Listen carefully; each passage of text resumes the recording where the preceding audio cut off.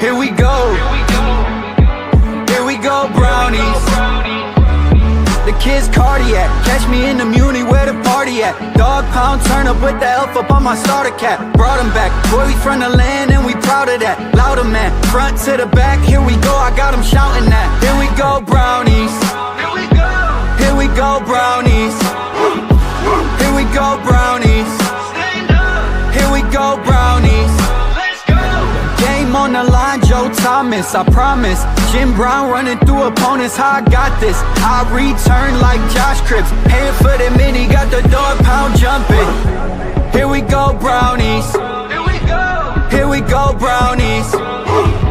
Here we go, brownies. Stand up. Here we go, brownies. Let's go. Cleveland, this is for you. Welcome in, everybody, to another episode of the Here We Go Brownies podcast. I'm Allie Ellery, coming at you live from Pensacola, Florida. Joined with me on Lambeau. He's a Lambeau. Look right behind him. He's at the NFL draft. Dustin, what's going on? You know, I cannot just. Well, it's hard to describe that you're literally behind one of the greatest football icon stadiums in the National Football League. The reason we have Super Bowl trophies is because they're named after the Lombardi that all started right here in Green Bay. And I got to tell you, Midwestern hospitality, this bus, Larry's bus, rolled into town, and literally, I cannot even make this up, 30 to 40 people just swarmed the bus and said, what the hell is this? Why is it in Green Bay? They love it. They've been checking it out. It's been Green Bay fans going in and out of this bus. The social team with Scout, a shout out to him with the social team with the Cleveland Browns, came by, did a TikTok. That was really cool of the bus and I. But I tell you what, it's getting electric here. This is the fifth draft I've been to, Allie. It was kind of crazy to think about. This is the fifth draft that the show has been to. And by the way, the last four, other than the Cleveland one that we went to, obviously, which was important and very monumental, this is the first major draft that is going to have consequences on this football team for the next 5-10 years, based on what the Browns possibly do in this draft. So this is a very important draft in a lot of ways for the Cleveland Browns tomorrow night at number 2 with the pick. Yeah, and this is obviously you're joining us on a Wednesday evening. The draft is tomorrow. Look, guys, we've kind of talked about the prospects as much as we can and given you our opinions, our thoughts. So our goal tonight is just to have a little bit more fun with it, and kind of go down maybe some of our top players at the positions of need for your Cleveland Browns, have a little draft banter with maybe some bold predictions or some some draft things that maybe you got wrong in the past. Because Dustin, between the two of us, there's plenty of those. So I think it'd just be fun to kind of go back and look at some of those. Just from us, some players that we thought were going to be really good that ended up not being, or vice versa. Yeah. So I'd like to do that, but our goal tonight is just to have fun. At this point, the Browns have already made their decision with what they're going to do at 2, and we can just kick back, relax, and cheer on the Browns and whoever they're going to draft tomorrow night. Or they get a Godfather type of deal at number 2 that is two. That is some of the rumblings. You've probably heard that the Browns have been fielding calls from multiple teams that want to be aggressive and move up to 2. And it kind of makes me think, if that is the case, do they want a Travis Hunter, that unicorn type of player, to add to their offense or defense, depending on who you are and what team you want to utilize them? Or is it somebody that's their quarterback, their guy, and they want him, right? So It'll be interesting. If I'm the Browns, full disclosure, if a team calls me and that offer looks like, wow, that's crazy that they would offer that, you take it, because I don't think anybody in the world thinks the sure hit quarterback is in this draft. And if you can build capital for the rest of the draft, I'm all in on that to get a quarterback right. And, Jimmy Haslam, less than 2 or 3 weeks ago, said it may take us a couple years to get the quarterback position right in Cleveland, so. Well, no, we don't know that. I mean, you said everybody knows maybe that the quarterback isn't in this class.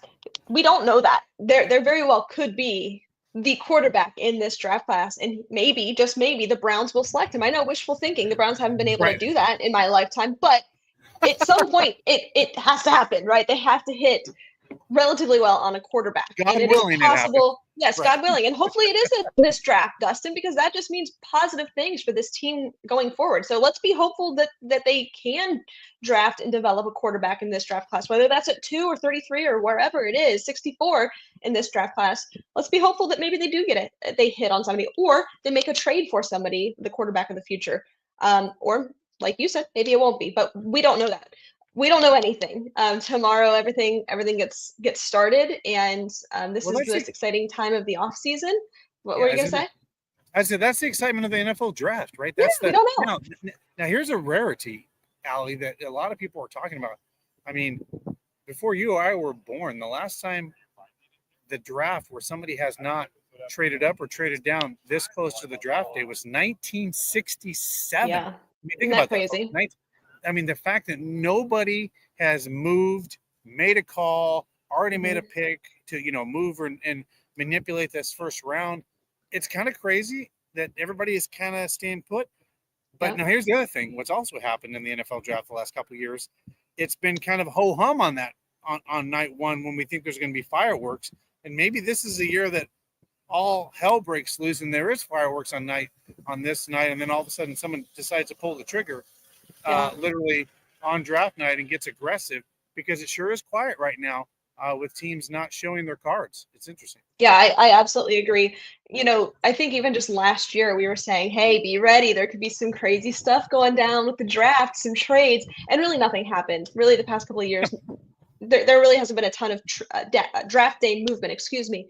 Now, this year, where there has been literally zero movement in the first round, or really zero movement just altogether, and we look back at this free agency period, a pretty quiet free agency That's true. period for this off season. So I think if we look at that, maybe we can expect some fireworks starting tomorrow night. I mean, that's wishful thinking for me. I just love that. I don't know. But I saw that Well, there was something that was released of some expendable players, and there was some big time names on that list. Guys like Micah Parsons that could yeah. be a trade asset. There were some big time names, and I'll pull that here in a little bit. Maybe we can have a conversation about that. But I think that this will be a different draft, unlike anything that we've seen in the past. And Dustin, we talked about this on the previous couple of shows. I think that's a reflection of what has happened in the college football landscape with NIL and essentially a free agency period happening in college football, and some players coming out earlier than they would have normally because of the talent kind of rising to the top. And because of that, some players staying in college longer than they normally would have. So I think this is going to be the first draft where we kind of see some of the kind of, I don't want to say repercussions of that, but in a way, yes, where we are seeing kind of it being a little top heavy, where maybe there hasn't been a lot of movement in the first round because teams recognize, hey, outside of the first round, it's a pretty big drop off. And I think this draft is relatively top heavy, but I think there is still great value on days 2 and 3. And I'm just really excited for it, Dustin. Yeah, and I got to tell you, just as everybody walks around us, it's kind of a surreal moment, right? You're watching me here. What I find crazy about this city, to give people the picture if they've never been to Green Bay, you should do it sometime in your lifetime. I kid you not, Allie, if you just go one block, like literally a half a block behind this restaurant, you are in residential neighborhoods. Mm-hmm. It is phenomenal how this city built this football team back many years ago, that this city literally sets in a residential neighborhood. It's quite surreal. Well, you've been to training camp, right, in Berea? You've went at some time. Picture you're in Berea in a neighborhood, and then you walk right into the training camp. So it's interesting. Mm-hmm. Yeah, it looks great. We have a question here. James asks, "Is it chilly there, Dustin?" So I'm wearing our new official Here We Go Brownies. It was chillier today. It's about 60 degrees right now with a little bit of breeze. It is supposed to be colder tomorrow. I think the current temperature is like 65. It's completely sunny right now. It's a gorgeous day. There was a storm that came through. Tomorrow's supposed to be at 50, and kind of similar weather to the draft that we went to. The rain ain't supposed to be that bad, but a shower here and there. But by draft night, it's going to be cool. Brad Paisley is going to be in concert here, which is going to Awesome. be great if you're a country music fan. We apologize. There's going to be a tractor going right behind us right now. Oh yeah, that's okay, Dustin. Go ahead and mute yourself. I'm actually going to tell everybody about our newest sponsor, and that is Mr. Hero. Guys, we're really excited to announce that Mr. Hero and the Here We Go Brownies podcast will be partnering. If you don't know anything about Mr. Hero, you should, because Mr. Hero opened their first shop in 1965. They are celebrating this year their 60th anniversary. There are currently 104 Mr. Hero locations in Northeast Ohio. They have 19 locations with the drive-through, 50 that offer curbside. You can go online, mrhero.com, to get your lunch, your dinner, what have you. And they have a mobile app with a ton of great perks. You can get a BOGO offer, buy one, get one free just for signing up, monthly coupons and offers, surprise rewards, double the points, all of that good stuff. And of course, online ordering within that app. So please be sure to check them out. We're really excited about this partnership. Dustin, sounds like the noise kind of died down on your end. Yep, tractor's gone. It's moving. Tractor's gone. There will be 3 bands here tomorrow. 6 bars here. Like, this is gonna be crazy tomorrow. But as I said, Mr. Heroes, guys, look for also, we're gonna give away family 4-packs every week to fans to go take their families and enjoy some amazing food. Like I said, with over 100 locations in greater Northeast Ohio, we're excited to partner with Mr. Hero. If you are from Cleveland, you know Mr. Hero. It's been a household name for decades here in Cleveland. So we're excited for this new partnership. Really excited about that. While we're at it, Dustin, can I just turn it over to you real quick to talk about our friends over at Lake Erie Distillery? Yeah, guys, Lake Erie Distillery in Willoughby, Ohio. We had a great time with legend Bob Golick and Ralph Hawley Jr. Oh my gosh, Ralph had a great time, enjoyed the Here We Go Brownies mule, took it in, enjoyed it. We had a ton of fans that came out. But guys, if you are in Northeast Ohio and Lake Erie Distillery is not in your local drinking establishment or at your local liquor store, ask for it. We're going to have some exciting things to announce soon that we're going to be doing with Lake Erie Distillery and the Here We Go Brownie Show. But get some of that wonderful Lake Erie Distillery. They have all different kinds of liquor. So we're gonna have to go this way. Awesome. Dustin, while you're at it, you mentioned you're wearing the official Here We Go Brownies sweatshirt. Tell us about that, and of course, our friends over at We Bleed Ohio. Yeah, guys, We Bleed Ohio. You can get the official Here We Go Brownies sweatshirts and T-shirts. And then we are doing a flash sale, guys. If you want to make a comment here, DM us in the comments.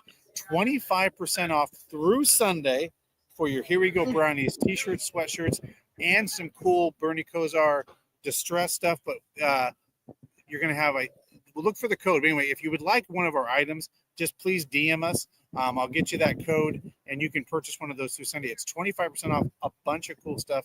It's a flash sale for the draft and doing everything awesome. we're doing. So cool. Well, we're going to bring David on.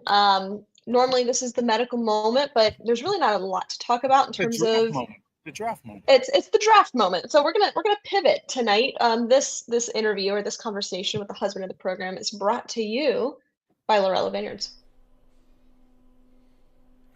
Hey everybody at Here We Go Brownies Nation. We are here at Lorello Vineyards with Larry Lorello, the owner. Let's talk about the Reds. Yeah, we have one of the best lineup of Reds that we've ever had at the Lorello Vineyards. A couple of cabs, a Cab Franc, a Meritage, and some Montepulciano.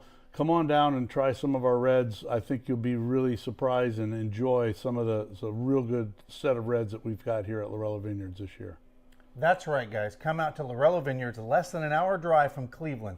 Come enjoy it, wine a bit. Here we go, Brownies. Here we go. All right, let's bring him on, Dr. David Ullery, the husband of the program. What's happening, David? Hey, Ellie and Dustin. Good to see you guys. Doctor, what's happening? How are we feeling? We're the draft's tomorrow night. What do we got? Feeling great. Not only draft tomorrow night, but Cavaliers playoff basketball tonight. That's right. Just a lot happening in the sports world right now, and it's a great time. Yeah, it's really cool.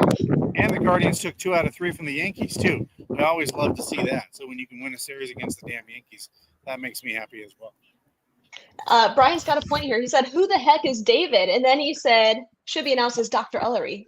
Work on that respect. He is the husband of the program. You know what, Brian? He's actually Thanks, Brian. Mr. Alley is who David is. Oh, he's Mr. Alley. It's so true. The UPS driver works at Lowe's. He does. That's the running joke that David is. He's not a doctor. He just works at Lowe's or something, you know? I always make that joke. But no, he is the doctor of the program and of course the husband of the program. Really not a lot to talk about on the medical side of things, but David, I don't know if you did see that JOK was in the building. That's really the biggest element there, the biggest thing. Excuse me, sir. Yeah, that was it. Mary Kay tweeted out a video of him kind of walking into the building, essentially signifying his return to the team for the offseason. What that means, though, not a whole lot, just knowing he's obviously up and walking. But will he resume football activities? Will he begin football activities? Is he working out? What's he doing? That remains to be seen. Hopefully, it is an indication that he is going to begin participating in just athletic activity in general and making a climb towards a comeback and a return to football. But I mean, the good news is he's at least with the team, still acting like part of the team and not like signifying that, you know, there's any sign of medical retirement or anything at this point. So hopefully all signs pointing in the right direction towards a healthy return to football, and we'll see what comes of the next couple of weeks. Well, I think it was very good just to see him looking good, walking upright, as you mentioned, because I mean, prior to this, David and Dustin, we didn't have any insight to JOK in his recovery. We didn't know if he was just at home recovering, what that looked like, if he was able to be up and active. We really had no idea. So it was just good to finally see him in good spirits, looking healthy. Of course, we don't know, you know, the details of it, but it was just good to see him nonetheless. Yep, absolutely. So, sorry, Dustin, go ahead. I'd say it was also fun. It was talking about the Browns. They were excited and pumped up that Joe Flacco, cool Joe, was walking into the facility as well, and then went to a Guardians game with his family. So Flacco fever, of course, is high. You know, just not to sidebar, but I think that's the reason why we're not taking a quarterback at number 2, probably. I mean, that's almost off the table in my opinion, because I think Joe comes in and really calms the room. And I will tell you, you can tell from a staff of the Cleveland Browns, they are excited that guy is back in the building. Just talking to the Browns here locally in Green Bay, they were like, the staff was excited to see Joe again. Just the respect that Joe Flacco demands in that building from the employees, top to bottom, I think is really interesting.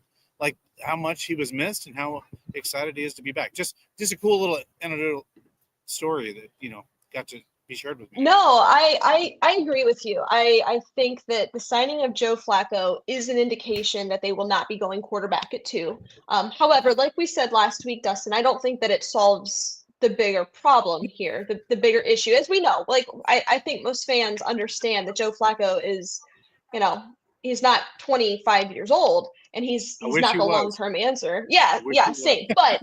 But you know, he's a great for now option, and I still think that they will be drafting a quarterback. It's just a matter of when and where and who, obviously. But I think that it really kind of softens the blow. Initially, you know, Kenny Pickett was the only quarterback on this roster, and I think that's a really tough pill to swallow for most fans, even if they do draft a quarterback at 2. It's like, that's crazy. Like, what are we doing here? So I'm very excited about Joe Flacco. I think he's such a professional. He's an easy guy to root for, such a professional, very, you know, you can just, when he steps on the field, you can just see him as a leader. And that is so much, Dustin. Last year on this podcast, this past season, how many times did we say this team needs a leader? This team needs somebody to hold them accountable. And maybe that is Joe Flacco. So I really like the idea of Joe Flacco throwing the ball to Travis Hunter at 2. I'm on board with that. I mean, sign me up for that all day. And then obviously drafting a quarterback later on. So it's certainly a sigh of relief to have Joe Flacco back in the building, but I think we can all agree that it's a Band-Aid. It's not the solution. Yeah, you know, it's interesting, like speaking with the Browns folks when they were here, Joe Flacco, the film crew was supposed to be there at 5:30 to be there when Joe normally shows up, and Joe didn't show up till 8 because he got dropped off by his wife, and they were like, holy crap, like they almost missed the moment of him coming in the building. But to your point of professionalism, he's there at 5:30 in the morning. That's his routine. He's the first one in, the last one out, and that's what you want from a leadership standpoint. And I think that's why they respect him, because he works hard and he puts in the work that needs to be done to be that leader. And I think that's why we had that run. and why folks like Njoku and Cooper and all those guys were so successful, because they were like, we can rally around a guy like this. Like, he's here and he's here, to win, period. That's all. Did you just say Austin Hooper? I said Amari Cooper, but maybe, I thought you said Austin Hooper. I was like, what? I don't know who Austin Cooper is, but I knew who Amari Cooper is. No, Austin Hooper, the tight end from a few years ago. I was like, he wasn't part of that. I was going to roast you live on the program. I was ready for it. That was one that we thought was a good idea. That it should have been. I mean, that just didn't work out. It just didn't fit the system. But I mean, I still think Hooper was a serviceable tight end. It was just kind of ugly situation offensively at that time. But I think I would like to, we've already kind of discussed who last week, who we like at number 2, 33, just in the first 3 rounds. We've kind of gone through our mock drafts. We've had that conversation. I want to take it a step deeper here, and I want to just talk about maybe our top 4 or 5 prospects, or even 6 or 7, whatever you think, at the biggest positions of need for the Browns. I do want to start with quarterback. This is kind of the easy one for most. Just because it's so relevant. We know we need a quarterback. So I just want to start. We'll go around the room and talk about our top 5. We'll kind of go quickly. And just, we understand, like, everybody's going to have something a little bit differently. But kind of elaborate. Dustin, I'll start with you. If you want to go through your top 5 quarterback rankings in this year's draft class, and I'll let you elaborate. Yeah, so obviously Cam Ward, clear choice. We won't have him, obviously. All indications are that the Tennessee Titans will take him. But I got to tell you, I mean, I could see the Titans shocking the draft world and taking someone like Travis Hunter if they're not sold on any of these quarterbacks. You just never know, right? That's the NFL draft. Shedeur Sanders, clearly the number 2. And then this is where it gets a little weird, right? Some people have Jackson Dart, and then other people have Tyler Shue, kind of in that space. And then it's, Jalen Milroe, and then maybe Dylan Gabriel or Kyle McCord. Kind of like that's kind of, when you bought it. But there's so many in that 3. But here's where I think it's really underranked. I put Will Howard in that top 5 at the bottom. Yeah. And I think Will Howard would be in my 4 or 5, because I think Will Howard, and I'm not, and this audience knows this, I am not an Ohio State Buckeye homer at all. But what I watched from the outside in, what he did from a leadership standpoint, that translates to the National Football level. And I love, recently I saw that Will Howard said, I'm going to look at every quarterback in the NFL draft that is drafted ahead of me, and I'm going to make every team pay that didn't draft me. I want a guy like that. I can root for a guy like that all day long, if you can think about that. Like, that's crazy, but that's kind of where I am with my top 5. All right, but give me your top 5 in order. Who do you got? Cam Ward, Shedeur Sanders, Jackson Dart, Tyler Shue, Will Howard. Okay, cool. Also, I love Will Howard. I do, and he's also in my top 5. But also, who did say something similar was Josh Rosen. He said that there were 9 mistakes ahead of him. And he was going to make the teams pay. But that's neither here nor there. But I do appreciate Josh Rosen did not win a national championship. No, he didn't. He didn't. But he was a very successful college quarterback. Statistically speaking, I liked him coming out. And maybe that's something I'll talk about later. Somebody I thought was going to be halfway decent in the league that wasn't. Josh Rosen. David, turning it over to you. Who do you have your top 5 quarterbacks in this year's draft class?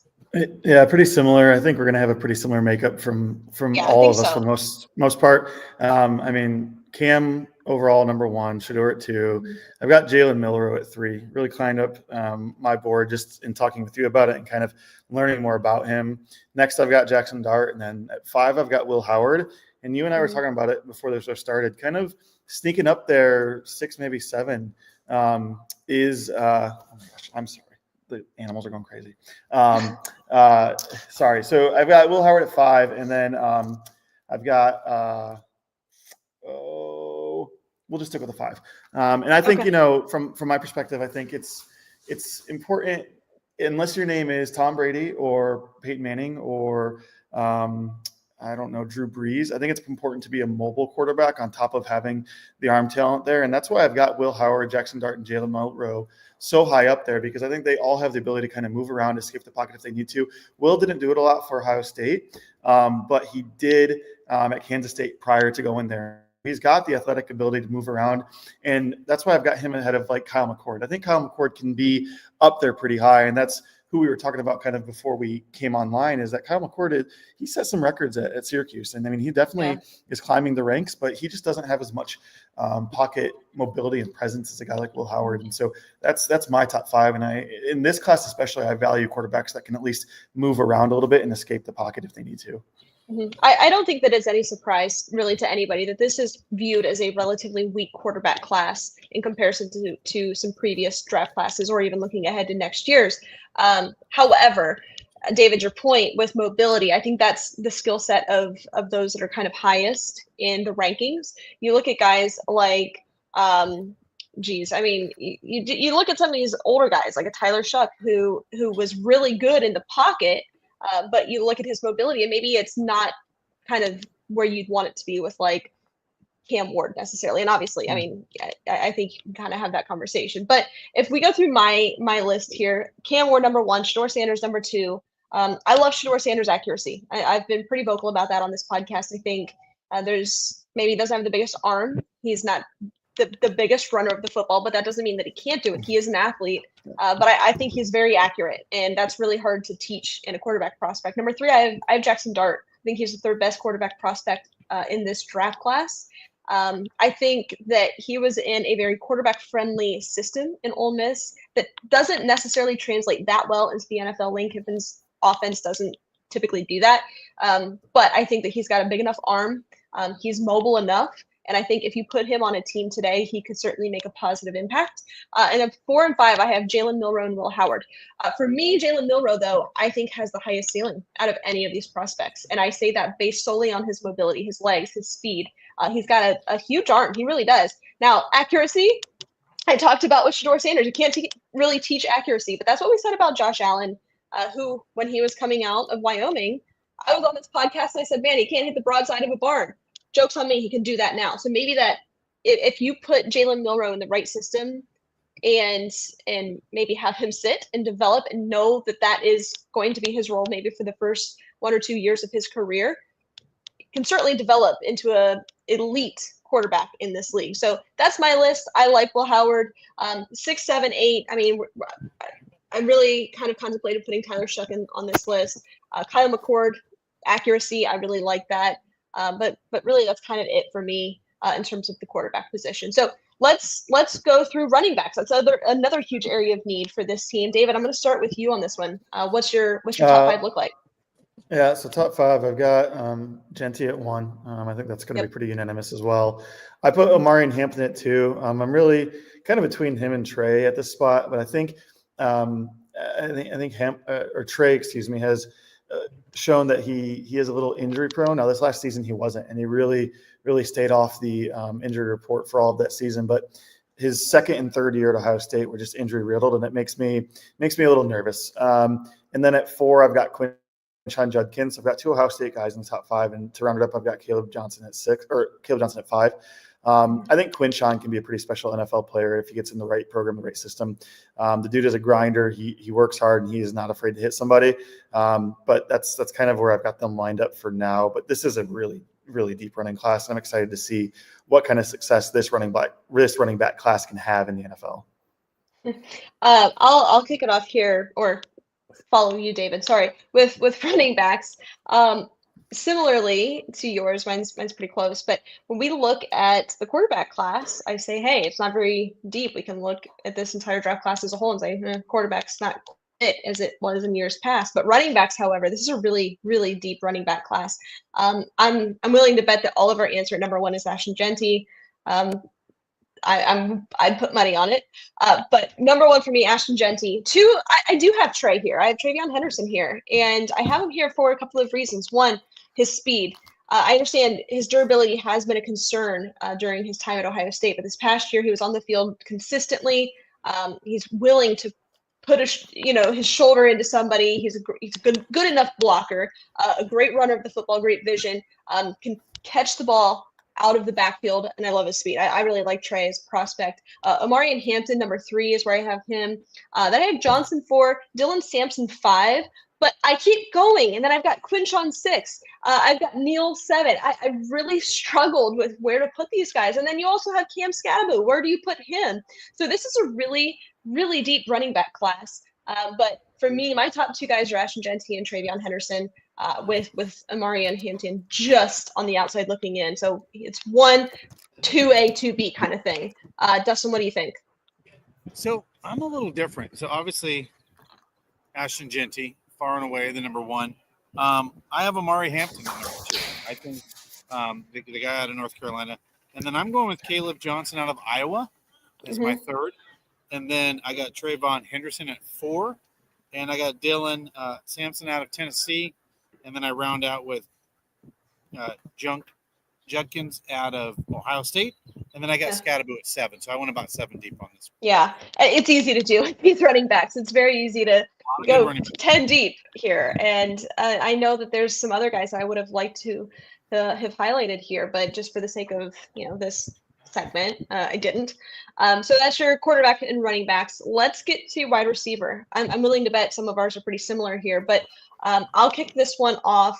I went Travis Hunter number 1. I think he is, in my opinion, far and away the most polished receiver in this draft class. Now, one thing with receivers, and as we kind of go through the list of other positions, you have to understand, like, not all of these guys play the exact same position. So you might have some slot receivers in here as well as just wide receiver 1s, what have you. But I'm going to go Travis Hunter at 1. I actually went Emeka Egbuka at 2 over Ted McMillan. I have Ted at 3, Matthew Golden at 4, Luther Burden at 5. I look at these top 2 guys on my list with Travis Hunter and Emeka Egbuka as day 1 starters. They can come in, they can make a positive impact tomorrow if the season started. Now, Ted McMillan, I think it depends on his situation, right? He's a true wide receiver 1. His size tells the tale. I think depending on where he gets drafted, if it's a good situation, got a good quarterback and another good receiver to help elevate him in his rookie season, he'll have a great year. But honestly, if Ted came to Cleveland, I would have some doubts. I really would. So I think it does depend on his situation on where he gets drafted. But my top 2 guys, Travis Hunter and Emeka Egbuka, I think have the highest ceiling out of this draft class. Dustin, I'll turn it over to you. Who do you have? Travis Hunter, clearly the number 1 choice, especially if he's going to play at that position in the NFL. Then I have McMillan, obviously out of, like you said, you brought up a good point, 6'5", 212, fits the prototype for the National Football League. And then I went with Golden out of Texas, Luther Burden the third. He's another guy. And then the guy out of I'm going to pronounce it wrong. The guy out of Ohio State. Emeka Egbuka. Yeah, I have him at 5. And then I actually have Higgins at 6 out of Iowa State. So I went kind of 5. Interesting. Now, real quick, David, before I turn it over to you, I want to talk about the Iowa State situation. You've got Higgins there, but you also have Noel, who I think is also Jalen Noel, a very, very polished, twitchy inside receiver. So another guy to keep your eye on. This is a fairly deep receiver class, totally different types of receivers within this conversation. But just kind of, you mentioned Iowa State. I wanted to talk about Jalen Noel as well. But David, take it away. Not a whole lot different in mine. I've got Hunter at 1. I put Ted at 2. I think just as Dustin said, he's kind of the big body, prototypical NFL wide receiver. And I think that's fairly coveted still across the board. Emeka at 3 because he is going to be able to play from the beginning.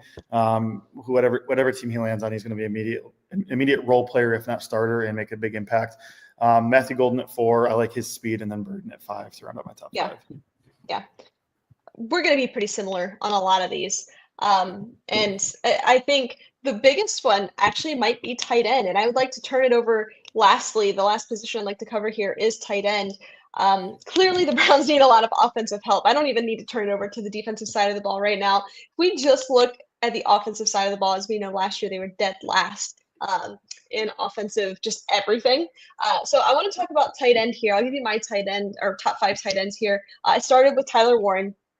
I think, in my opinion, kind of the consensus number 1 tight end will likely go in this draft. Number 2 is Colson Loveland.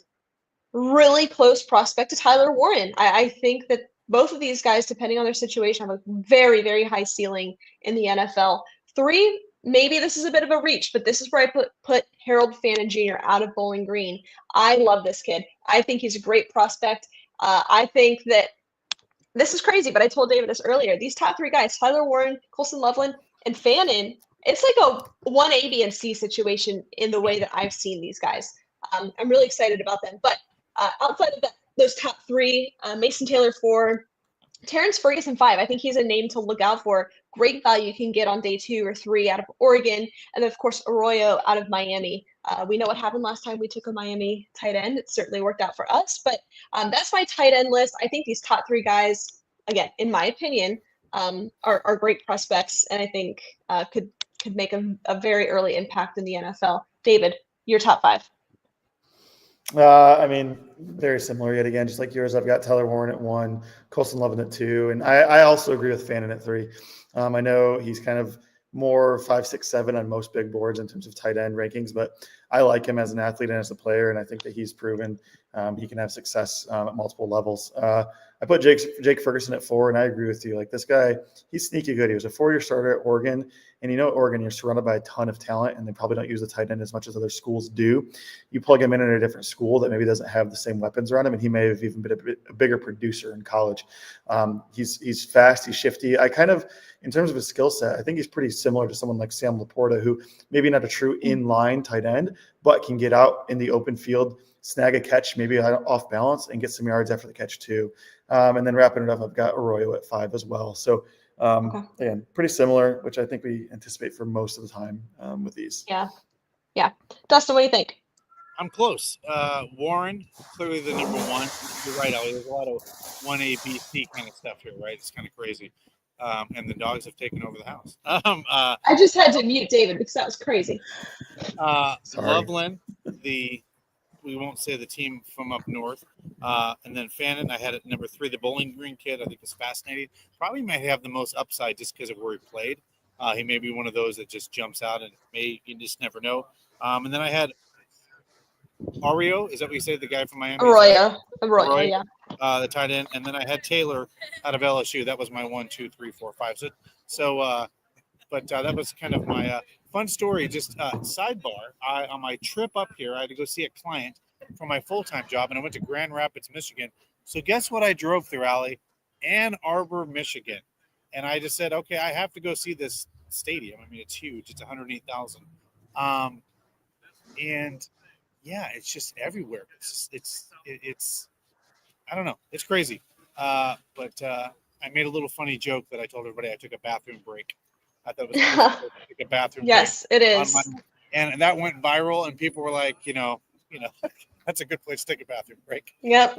That's true. It's crazy how close University of the team up north and Michigan State are to each other. They're pretty close up there because I drove right by Spartan Stadium too, which is pretty crazy. Yeah, that's cool. I mean, that sounds like a cool road trip. I mean, obviously we don't love them, but it would be cool to see. From the perspective of college football, right? Totally. You have to take the trip. Yeah, I'm with you. I would stop also. I'm a diehard fan, but I've never seen it. I'd like to get eyes on it.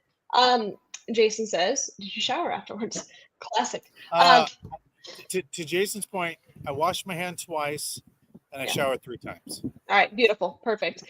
Before we turn it over to our next segment, I want to tell you about our friends over at Stadium Mustard, guys. If you don't have Stadium Mustard in your kitchen this season, you're doing it wrong. The iconic brand, the iconic taste, full of from ballparks to backyards and everywhere in between. Stadium Mustard is a smooth brown mustard, rich in both taste and tradition. By the way, loved by millions. Be sure to head on over to stadiummustard.com to shop now. Dustin, we have some. Yeah. Allie, real quick, anybody that is coming to Lambeau Field, thank you, obviously, for the folks at Stadium Mustard for being awesome sponsors. And our first sponsor ever. We're going to be giving away not 1, not 2, not 3, but 200 bottles of Stadium Mustard out this weekend to anybody in the great state of Wisconsin. By the way, Allie, I'm actually picking up the accent. It is hilarious. Everybody's jeez. Oh yeah. Welcome to Wisconsin. God. You know what? That's terrible. I have my AirPods in. I got that so close to my eardrum. That's it. We're good. I never need to hear that again. No, I'm just kidding. That was actually really good, Dustin. You know what? You should do that in front of Joe Thomas. Larry wants to give you a shot of the bus here so everybody can see it. There is the bus nice. set up. Look at that. So look at that, everybody. Larry wants a little love, so I'm just gonna, that's the thing about podcasting. You just move around. See, boom. Just move around. Yeah. No, that's the view right there. It looks great. All right, before we turn it over, also real quick, I would just like to tell you about our friends over at True Fan Travel, the ultimate fan experience. So you get to choose your takeover team, whether it's the Cleveland Guardians, the Cleveland Browns, or even the Detroit Lions. You can head on over, check them out. You can kick off your trip in style with exclusive parties, luxury tailgates, VIP access to one of the best fan experiences around. So please be sure to go check them out. It's hassle-free travel. Seriously, flights, hotels, on-site transportation, trip coordinators, they have it all. Go check them out over at True Fan Travel. And London, the Browns. London. With London trip, and use the code Brownies for $100 off your deposit for the London trip. Once that'll happen probably in about 3 weeks when the NFL schedule is released. Yeah. We all know then when the Browns will be playing and what their opponent will be in London. By the way, the Green Bay Packers will be coming to Cleveland this year for a home game. So another exciting game at the at Huntington Field. All right, it's hard to say. It's Huntington Field. Yep, I'm not used to it. The reason it's called Huntington Field because there's actually a Huntington Stadium. I did some fact checking on this. The Minnesota Gophers, the college team, that is their actual. That is it. That's the reason it's called the field and not stadium, because Huntington Field Stadium was already taken at another venue. So that was interesting. Yes, Huntington Bank Stadium is home to home of the Gophers. All right, there you have it. Huntington Arena in Toledo, Ohio.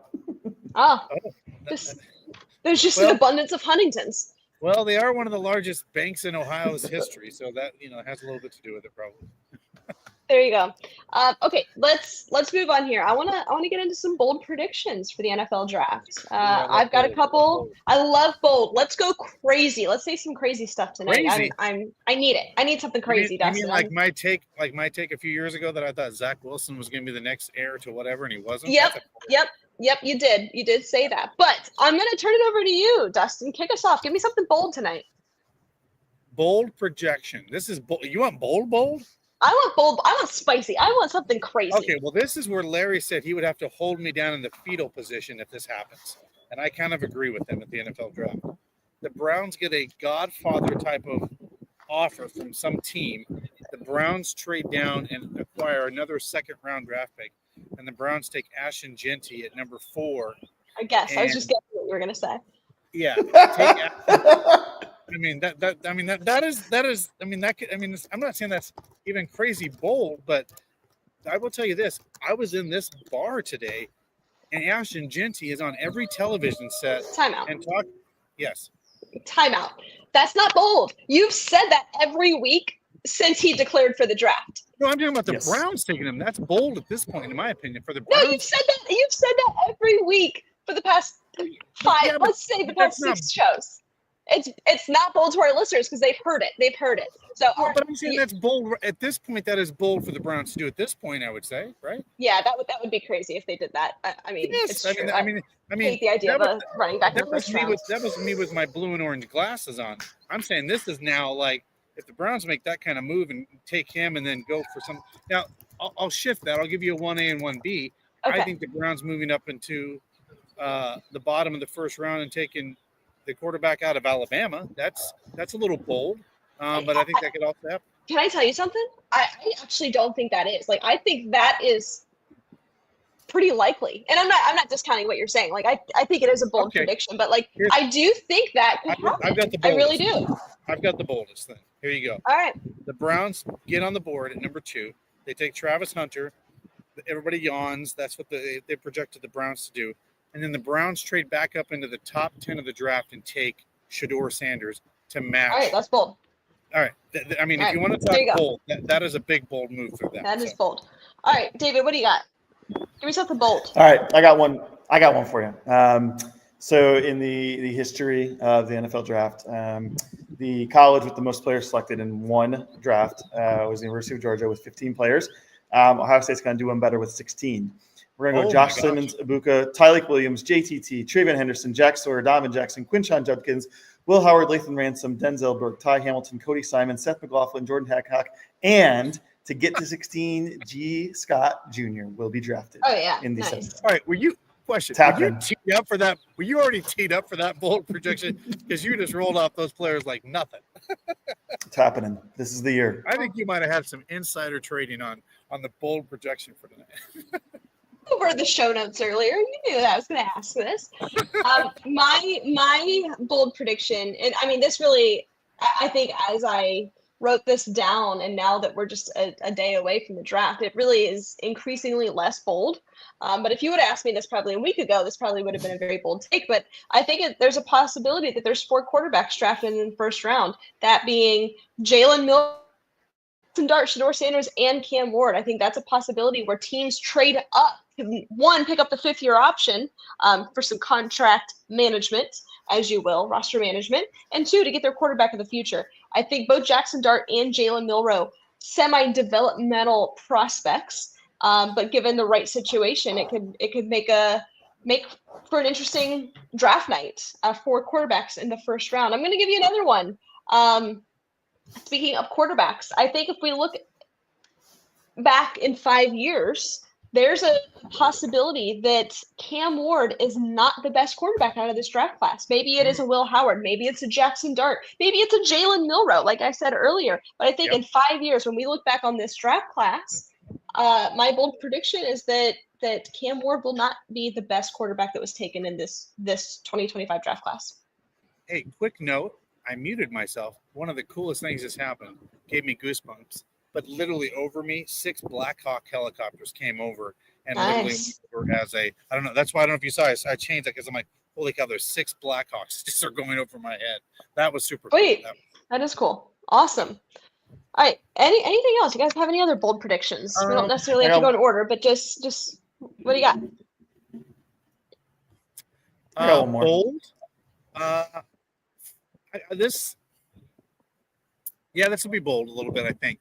Okay. In the first round of the NFL draft, in a draft where this position is considered weak, the NFL sees 4 quarterbacks go in the first round of the NFL draft. 4, not 1, not 2, not 3, but 4 quarterbacks go in round 1 of the NFL draft. I have a question. Were you listening to me just a minute ago? Right is there an echo? Well, I had Black Hawk helicopters. Oh my gosh. All right, I got one. Hang on. We're just going to skip that. This is going to be I had myself muted because I could not hear. Jeez. I'll come up with another one. But I guess that was crazy. That was crazy. This is going to be the best, historically looking back, this will be regarded as the best running back draft class of all time. Oh. All right. That's crazy. I say it's crazy. It's not crazy. This is a very deep running back class. I think that this is kind of a semi-bold prediction just off of that. I think there might be 1 or 2 or more future Hall of Famers in this running back draft class. I think Ashton Jeanty is one of them. But I think you're looking at a couple of others. Even later on, there's just this class is so deep. I think given the right system that there's a real possibility that there is some long-term success out of these running backs. I like that. I'll give you. Or go ahead. Yeah, since I had Black Hawk helicopters flying over, and I literally repeated exactly what you said. Yep. Like verbatim, in fact. Yeah. So, of this deep quarterback, I'm going to go this. This is kind of bold. Obviously, Ashton Jeanty is considered the number 1, but Scattaboo ends up being the second best running back out of this entire class. I think it's possible. Yeah, and most people would say that that's a little crazy right now based on where he's probably going to fall in the draft. But I think Scattaboo could be one of those violent type of runners that could be dangerous at the next level in the NFL. That's just an interesting kind of pick. But now I've lost David on the screen, by the way. He'll be back. He'll be right back. Oh, he's back. Okay. I wanted to make sure it was not me in my screen. No, you're good. He'll be back. All right. I've got one more that we'll round up with this one. I think it's a possibility that there are 2 tight ends that go in the top 10 of this year's draft class. That being Tyler Warren and Colston Loveland. Like I said earlier, when we were going through our rankings, these are 2 day 1 starters. You draft them. Oh, David, what do you got going on? I'm going to mute you for a second. 2 day 1 starters, I think, that could make a very positive impact. Almost, I think it's possible that we've got like how the Raiders used Brock Bowers. If a team can utilize these two guys right, some nasty tight end play. So I Yeah, think that they can go top 10. you're right, because Go ahead. there is some teams that are tight end needy in this Yeah. draft, and so that is interesting. And there's some really high production tight ends in this group that Uh-huh. it's interesting. Like it's like the tight end and the running back are in vogue, and that's a thing in the NFL now more than ever. So yeah, it'll be interesting. But yeah, anything else crazy? That's all I got. Well, you said Cam Ward may not be the best. That was your kind of shocking. Uh-huh. And I'm going to go.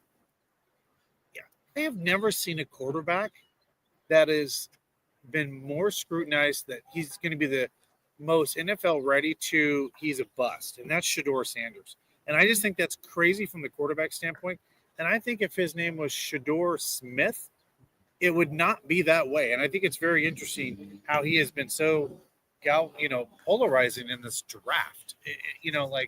And so my bold projection is Shedeur Sanders ends up being the best quarterback out of this entire draft.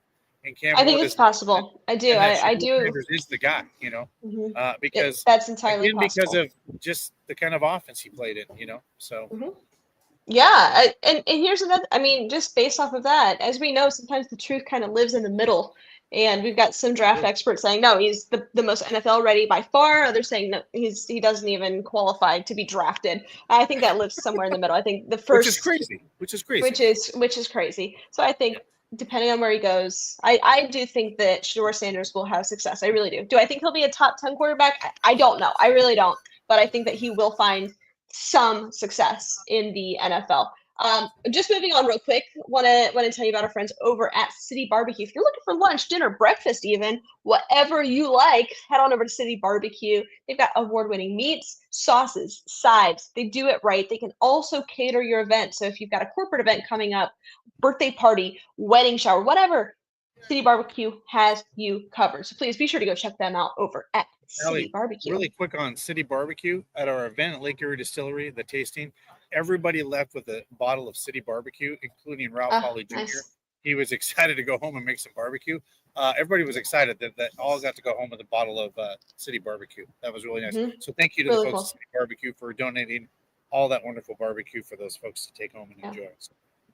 All right, I'd like to get to let's go kind of quickly on this, but our way too early predictions for offensive player of the year, excuse me, and defensive player of the year. David, I'll kick it over to you. Let's start with offensive player of the year. Who do you have? So looking at specifically rookies, correct? My first pick here for offensive rookie of the year was Travis Hunter, I think, at wide receiver. I think we know he's a two-way player, but I think he's so dangerous on offense. And then I know you and I talked about this beforehand, and we're going to have very similar answers, but he's just got so much talent around him, and if you get him in the right place with the quarterback that can get the ball to him and be creative, kind of even off script. And I think he's going to make a lot of good things happen and continue to impress at the next level like he did in college. Yeah. For me, I also went with Travis Hunter here for offensive player of the year. And I guess this depends on where he goes, right? And who values him more as a defensive back versus a wide receiver. Now, if he comes to Cleveland, Andrew Berry has been very vocal that he's a wide receiver in their eyes. So I think in that situation, I think that Travis Hunter is kind of a can't miss prospect, and he's going to be very, very good no matter the team that drafts him. And if we're looking offensively only, I'm going to take Travis Hunter in comparison to any of the quarterbacks in this draft class, any other receiver in this draft class, as well as any running back. I think when we go back and look at some of the other offensive rookie of the years in the past several years, Saquon Barkley was the last running back to have done it. Other than that, it was receivers and quarterbacks. So because of that, I'm just going to go with that trend, and I'm going to go with Travis Hunter. What do you got, Dustin? Yeah. So for the sake of podcasting, I'm going to mix it up a little bit. I think Ashton Jeanty can be that guy, offensive rookie of the year, based on the explosiveness and what he can do. But I'm going to say 1A, 1B, Shedeur Sanders. If he goes to the right team, if he goes to like a New Orleans Saints where you have quarterback Kellen Moore as a new head coach there and can get him in the right situation. And I mean, he could end up being, the star that we watch on TV on Sunday. So for the sake of podcasting, I'm going to go a different route and go Ashton Genty 1A and Shador Sanders 1B on this. All right, cool. Dustin, kicking it right back over to you. Defensive player of the year. What do you have? I think this is a no-brainer. Abdul Carter, wherever he goes, no matter what team, he's going to make an immediate impact on that football team. And he's going to be a difference maker and a disruptor on that football team at the end of the day. So Abdul Carter, even the dog pound in the background in Pensacola agrees with it. So Abdul Carter all day long. Good God. It's chaos here daily. So, I also have Abdul Carter. They're excited for the draft. They're ready They're to go. excited. They really are. It's the dog pound over here. But I'm going to go with Abdul Carter. I think that, just like you said, Dustin, that any team he goes to, he's going to make an immediate impact. I really like him as a prospect. I just like Travis Hunter a little more for me personally, for what I want the Browns to do. But look, no matter where he goes, I think he's going to have immediate success. So I went with Abdul Carter. However, when I was writing this list, David can attest to this, I meant to say Abdul Carter, but I said Jahad Campbell, the linebacker out of Alabama. So I just want to go on record and say that my first instinct, for whatever reason, was Jahad Campbell.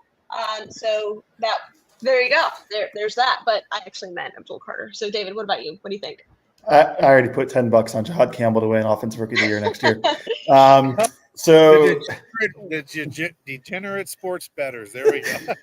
So what you just all heard and witnessed was the dogs letting them know because the Cavs are about to start. My pick for Defensive Rookie of the Year is Will Johnson, cornerback out of that team up north.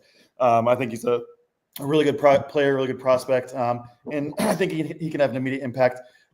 Much like Juice did when he came out of Cincinnati. I think that he's a really good player, and he's faced a lot of good competition in his time in the Big Ten. And so I think he is NFL ready. David, did you just call him Juice? Sauce. Oh, my gosh. I can't. I'm done. See ya.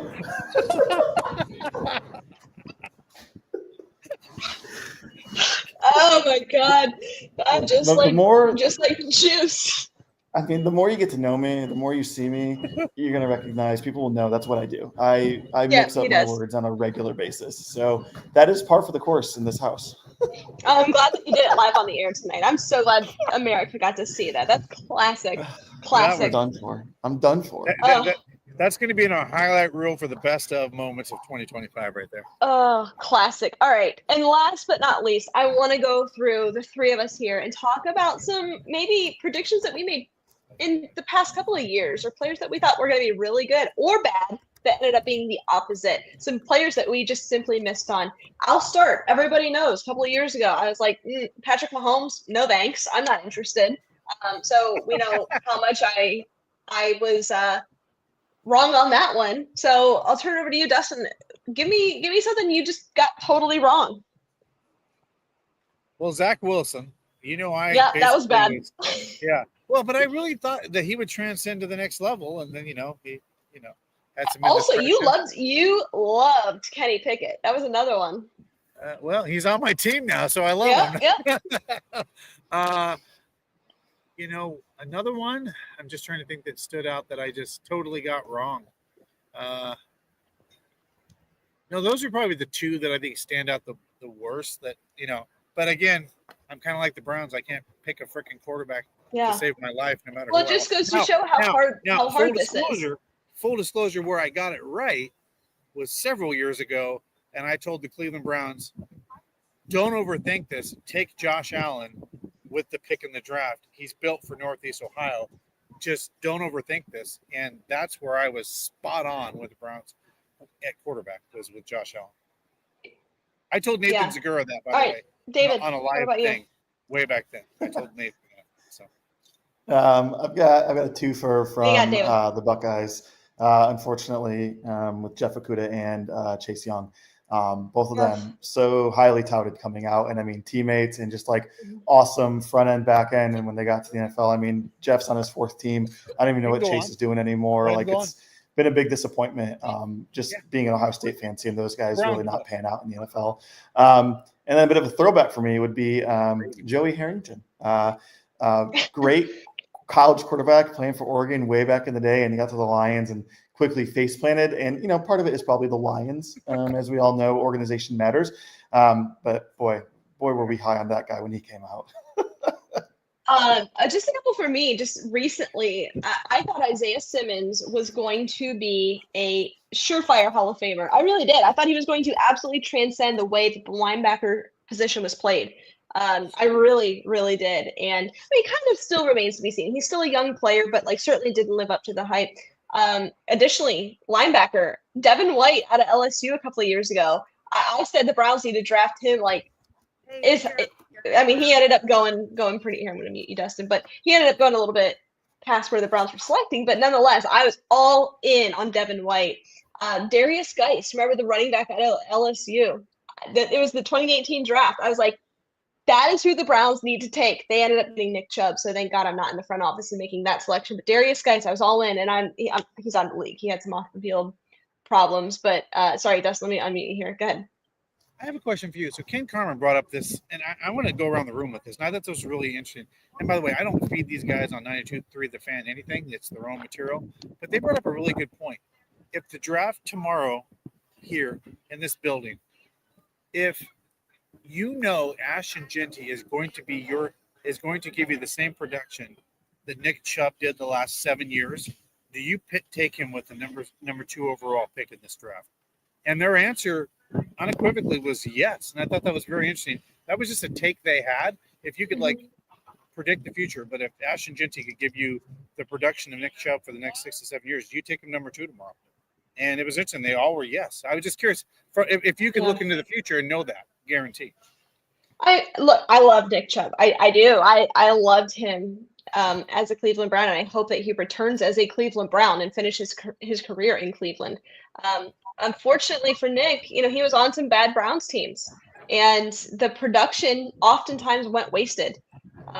Obviously, he was a fan favorite, but a lot of times it unfortunately didn't matter in the greater perspective of the entire season when we look at it that way. So my answer would be no, I wouldn't. I would not. If all things are equal, I just don't love running backs early in the first round. I don't.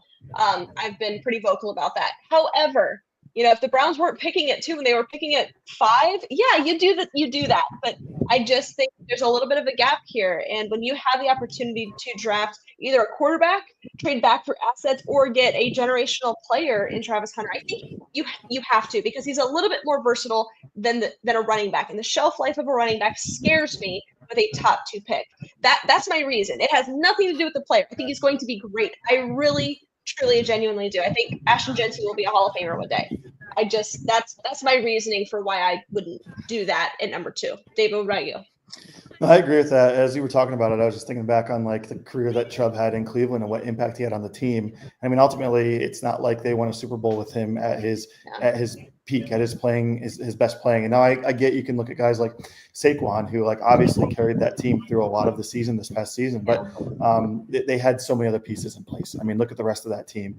I think if we knew for sure there was a surefire quarterback at 2 behind Cam Ward that the Browns were all over, I would say absolutely not. You don't take Jeanty in that position, even if you know what he's going to produce. I think knowing there isn't necessarily a quarterback they're going to take, and it's looking like Travis Hunter, I lean a little bit more towards that. But still, I agree overall. Travis Hunter can be a 2-way player and can play on either side of the ball for you when you need him to. And he's going to have a longer career probably than Ashton Jeanty will. So I think I tend to agree that I don't know if I say that's got to be the pick. Yeah, that's just where I'm at with it. But again, Dustin, like I've said multiple times, it's not the player that I dislike. It's just the position. I just don't like doing that at 2. That's just me personally. But all right, we're kind of at it here at our limit. I got to go finish my martini and eat dinner. So Dustin, let me turn it over to you real quick. We've got some new digital assets. Look how beautiful Lady Caroline is. Look at that, guys. It's ready. Look at that, guys. The weather is changing in Ohio. It's time to book your lunch or dinner cruise on Lady Caroline. That's right. We're going to do a Here We Go Brownies cruise sometime this summer. We're excited about that and do some fun things with Browns fans out on the boat. So we're looking really forward to doing that. And then, of course, our friends over at the Greater Aquarium. That's right. Go check out the Shark Tank, all the different exhibits over there. It's going to be a really good time. We're giving away some tickets. We have some 4-packs for families to go do that with their children, grandchildren, whoever that may be. Take it in the greater Cleveland Aquarium, right next down to Lady Caroline, right down on the Cuyahoga River in downtown Cleveland. There you go. There you have it. All right, this is the last show before the draft tomorrow night. Let's finish with just one last prediction. At number 2 overall, the Cleveland Browns select Dustin. Who you got? The Cleveland Browns trade down, and at number 5 take Ashton Genty after they get a haul of draft picks. All right. Shock David, who you got? Browns are on the clock. Travis Hunter. Travis Hunter. All right. If I had to put money on it, which I might because I am a degenerate gambler, I would put money on Travis Hunter. That's my guess. But And by the way, guys, look for lots, and I mean lots of live coverage tomorrow from the draft. A shout out to the friends over at the Bearded Browns podcast. They came out to our tasting. We're going to go live from the draft for them tomorrow after for reaction from the draft. Stump Mitchell will be also live on their podcast. So made some great friends with the Bearded Browns podcast, guys. If you ever want to watch another, it's a fun podcast. Great bunch of guys in Cleveland as well. But lots of draft coverage tomorrow, Friday, from the draft. What the Browns do. Jason, just quick question. What should I put on it? 10, 20, 50? What do you think? Tell me and I'll do it. By the way, Jason, I can confirm is a degenerate sports bettor too. I know he is. I can tell. He always comments. Anytime I say anything about gambling, he's always in the comments. So I know. Just tell me what to do, Jason. I'm going to do it. But nonetheless, thank you everybody for tuning in. We appreciate you. Stay safe, stay healthy, and as always, Browns fans. Wait, he said $10. Go Browns. Go Browns. Go Browns.